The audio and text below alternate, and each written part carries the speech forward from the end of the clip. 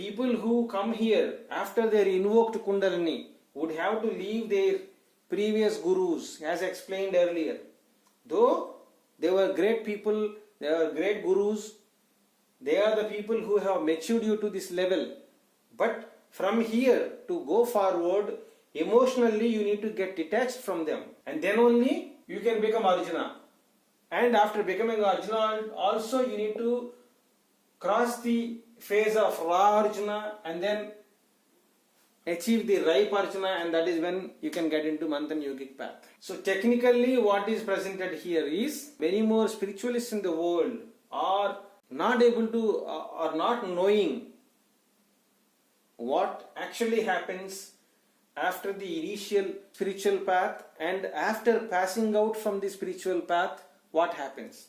What happens after passing out from the initial spiritual school is some kind of detachment will start happening in you. You will start, if you are sattvic, you will start trying to be learning about self-realization and all those things.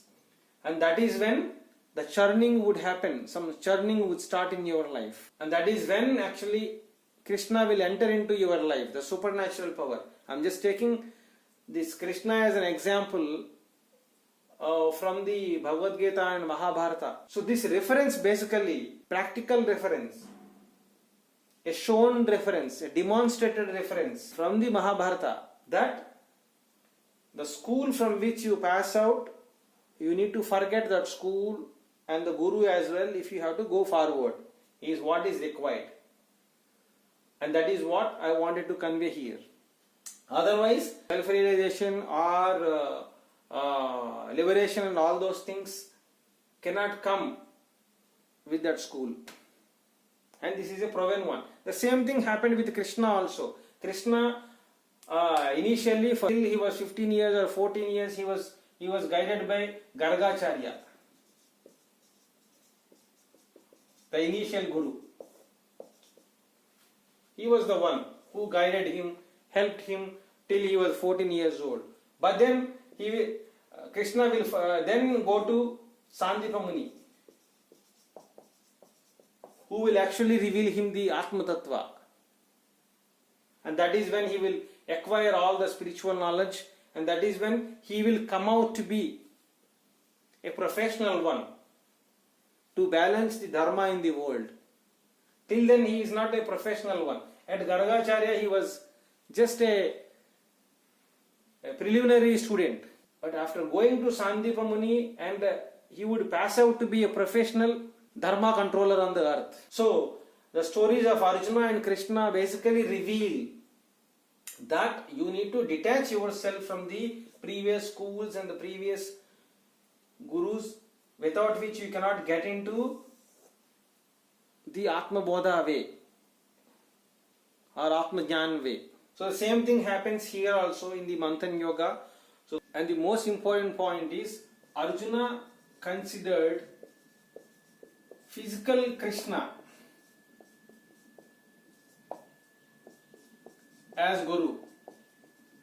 He did not say he will consider Vishnu as Guru or Shiva as Guru or XYZ.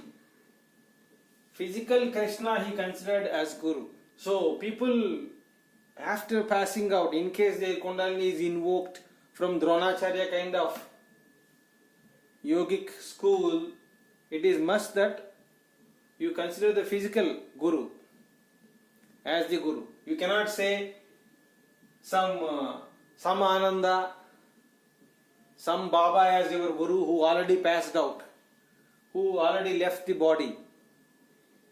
You cannot say that they are Sadgurus, so we can consider them. What is the difference between that passed out Guru and this Vishnu or Shiva? There is no difference. So why do you have to call that passed out Baba or Ananda? You call Vishnu or Shiva, let us see if they will respond. They will not respond. And these people also mostly they wouldn't respond. Even if they respond, they cannot act. Even if Vishnu and Shiva respond, they cannot act because they need a physical body.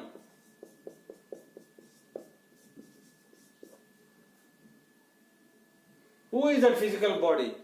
Only this Guru could be the physical body through whom this Vishnu and Shiva communicate. It does not mean that that physical body and this Vishnu or Shiva or Brahma are different. He is not actually a physical body whom you are thinking that it is physical one. It is not physical body actually. He is a dead one. He is Vishnu, Brahma and Shiva together becomes the cosmic self. He is such Guru.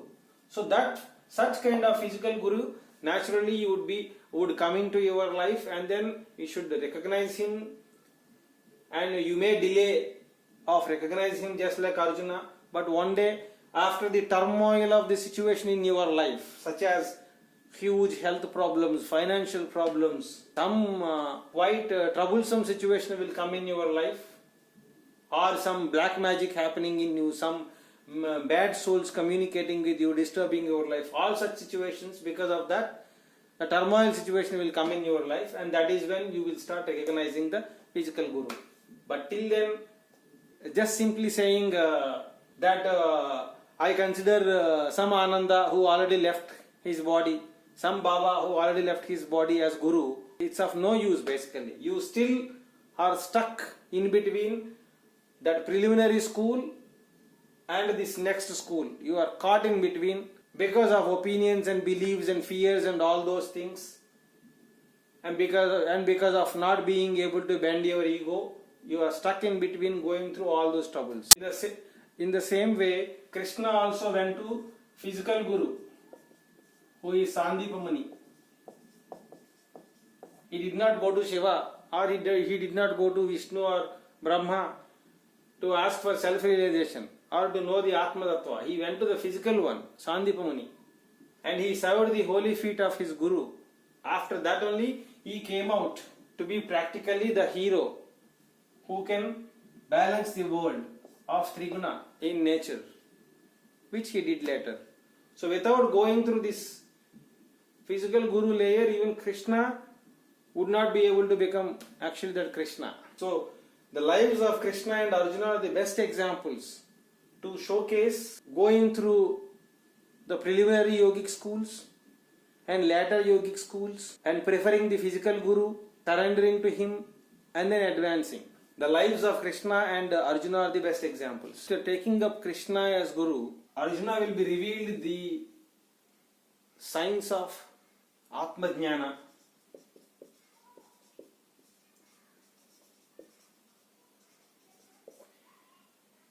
Again, it will be revealed with some points, and in between there are some dots actually, which are left to the practitioners to understand the way they want. So whatever is revealed is left with certain dots for them to practice, just like sutras.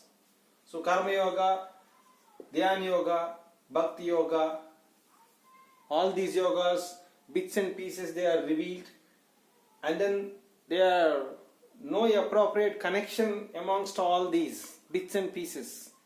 They are just given in chapters like that. That's the reason why in the world, some Karma Yoga people, they say ours is the best yoga. Some Dhyana Yoga people say ours is the best yoga. Bhakti Yoga people say theirs is the best yoga. So they keep on, some tussle goes on like that forever. The integrated yoga with all these is not revealed there totally. And at the end what happens is Arjuna gets confused with all these revelations. So he will ask finally Krishna, I am so confused with all these things. Just tell me one thing, how can I easily do all these things? Because what happens is, let's take Rama as an example. Rama hitting Vali from behind the tree.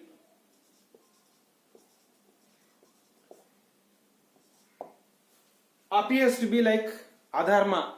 It's wrong for all the people in the world, and also for great rishis and munis, or for all the others. It appears to be like adharma. What Rama has done is adharma. But there are some quite devotional people, what they think is he is supernatural power. If he did, it should be right only. He never does wrong. That's the reason we consider him as God. And then there were some intellectual ascetics like Rishis, Munis, and all. They had the discussion about this event of Rama hitting Wali from behind the tree. So they prayed, they did various meditational practices and all. They got in touch with the law of nature and they inquired there. And the law of nature said what Rama did was right.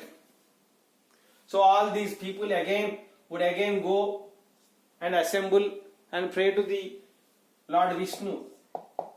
Say, your incarnation is Rama and Rama has done this, like hitting Wali from behind the tree. See, we are also practicing yoga, we are also doing meditation, we are also merged in you.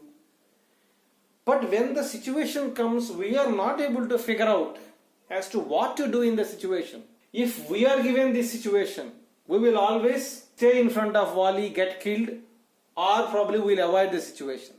But we can never imagine this. Imagine doing this from behind the tree. How would you do that?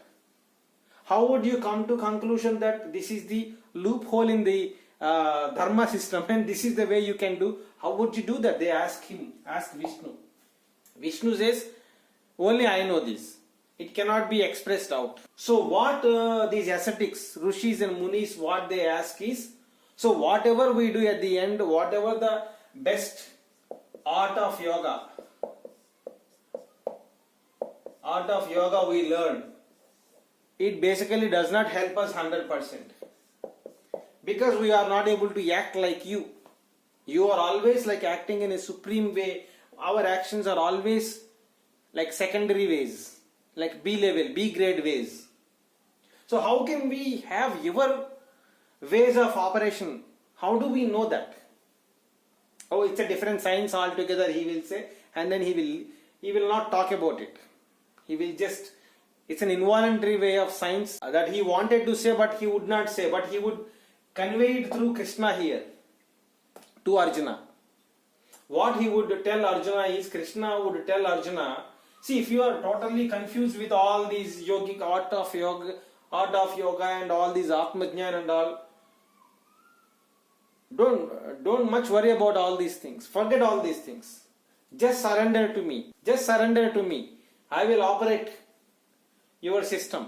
Involuntarily you will be able to act in the war field. He will tell him, and then Bhagavad Gita ends. I will act in you and you will act involuntarily. And there it ends. So the science was not further revealed to the world because that science, the revelation of involuntary Bhagavad Gita, involuntary yogic system of what to do when, which only the supernatural power knows. Revelation of the technology is the responsibility of next incarnation of Krishna. So that technology is available here in Manthan involuntary yoga, involuntary Kundalini Kriya Yoga. This is. Don't just worry about only involuntary kriyas that happen here in the Manthan, but the whole art of yoga, what to talk when, how to behave, what to do when, all those things involuntarily happen. Many more events around you involuntarily will happen. All that science was not actually revealed to the world, and the Bhagavad Gita ends there. And that science of involuntary also, how to connect to it and how to have that total software system of involuntary operation of the supernatural power. It's like a software having it in your whole personality, and then software will make you function. What is that software? How it functions? What kind of experiences will you go through? How do you understand the functionality of this software? How would you behave? How do you connect your actions with that software actions? How do you go through dharma, artha, kama, moksha? How do you get the liberation with the involuntary way? How do you get the self-realization in involuntary way? And this is the fastest way of self-realization. This is the fastest way of soul evolution, all that science you will only know in Manthan Yoga. And it cannot be revealed to all the public people in the world. It will only be revealed to those Arjunas. It will only be revealed to those ripe Arjunas, but not anybody else. And there is a huge filtering system that is happening all the time around. Before people coming here, souls would be operated and they would come here. The people who are interested to connect to this path, easily they cannot come here. They cannot physically interact with us. And behind this there is a huge soul mechanism that happens, which is in the hands of the supernatural power. So the rest of the Bhagavad Gita, the automated way of Bhagavad Gita, how it loads into you as a software, how it functions, and all that science is there in Manthan Involuntary Kundalini Kriya Yoga. Arjuna is called Nar Narayan.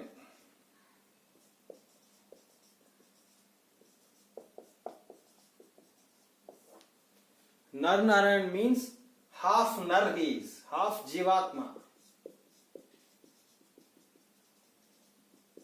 Perfect Jivatma who has surrendered to Narayana or the supernatural power.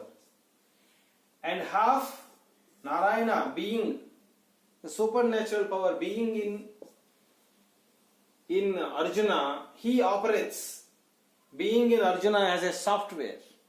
The software is of Narayana. Body will be of Arjuna. Though Arjuna has got his own software, but the software of Arjuna would go passive. And Krishna's software would take active mode and operates the total personality of Arjuna. That's why he is called Nar Narayan. The path of Manthan is basically meant to produce or manufacture more and more Nar Narayans in the world. And those Nar Narayans basically, they are not ascetics who leave the world and then go to Himalayas, but they will be there in the world. And they do great things in the world by being in harmony with the Dharma and by following all times great art of yoga that even Rishis and Munis cannot operate, as I told earlier. So Nar Narayans will be manufactured here and they would go out and do many more things in the world to balance the nature.